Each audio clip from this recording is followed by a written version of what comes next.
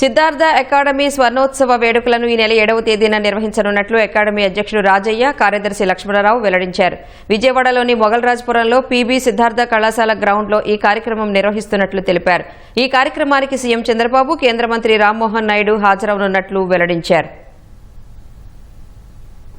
1975లో establish చేసి ముందుగా ఈ పీబీ సిద్ధార్థ కాలేజీ స్థాపించాం. ఆ సందర్భంలో మా అకాడమీ ఈ పీబీ సిద్ధార్థ కాలేజీ 50 సంవత్సరాలు పూర్తి చేసిన సందర్భంలో గోల్డెన్ జూబ్లీ సెలబ్రేషన్ ఏర్పాటు చేస్తున్నామండి. మొత్తం మేము 18 educational institution స్థాపించామండి.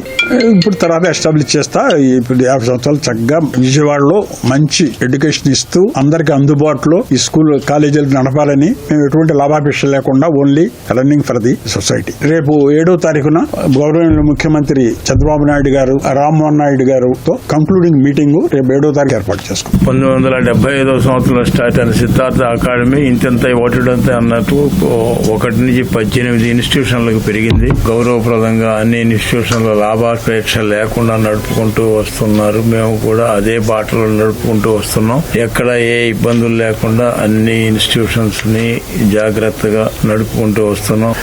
Major motto is not to earn any profit on these institutions. మేము లాభాపేక్షతో ఈ సంస్థను నడపటం లేదు.